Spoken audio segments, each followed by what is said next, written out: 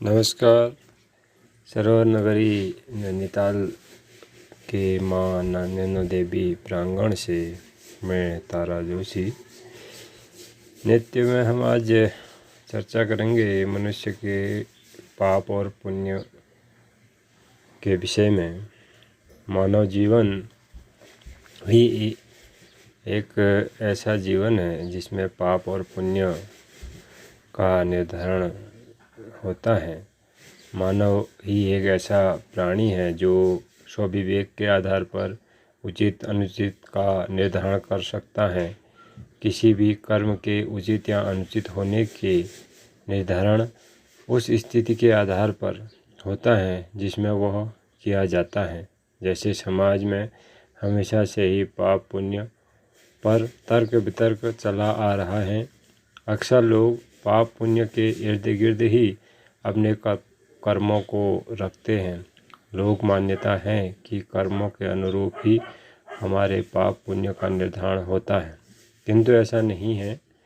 मनीषियों का मत है कि परिस्थितियों के अनुरूप ही हमारे पाप पुण्य का निर्धारण होता है।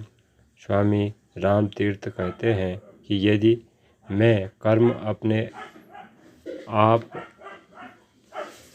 पाप और पुण्य नहीं हो सकता, ठीक उसी प्रकार बिंदु या शून्य का स्वतः कोई मूल्य नहीं होता।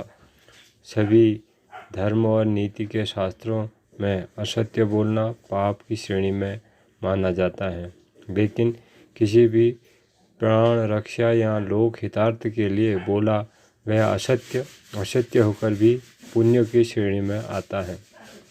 आचार्य द्रोणाचार्य को पराजित करने के लिए युधिष्ठिर ने अपने पुत्र अश्वत्थामा की मृत्यु का गलत संदेश दिया था, जबकि वह अश्वत्थामा उनका पुत्र न होकर एक हाथी था। लेकिन उनके द्वारा असत्य बोलने के पीछे लोक कल्याण की भावना छुपी थी, इसलिए उनका असत्य भी पुण्य की संज्ञा में आ गया। इसी प्रकार किसी की हत्या करना जघन्य अपराध या पाप की श्रेणी में आता है, किंतु स्वरक्षा व समाज हितार्थ किसी का वध या मृत्युदंड देना पाप नहीं कहा जा सकता। जैसे यदि कोई जानवर आप पर हमला करता है, उस परिस्थिति में यदि आप उसको नहीं मारोगे तो वह आपके जीवन को संकट में डाल सकता है। वास्तव में किसी कर्म के पीछे का भाव और उद्देश्य उस कर्म की प्रवृत्ति का निर्धारण करता है। अतः यदि मन के पवित्र भाव और लोक कल्याण के उद्देश्य से कोई कर्म किया जाता है तो वह सदैव कल्याणकारी तथा पुण्य पाप से रहित होता है। नमस्कार।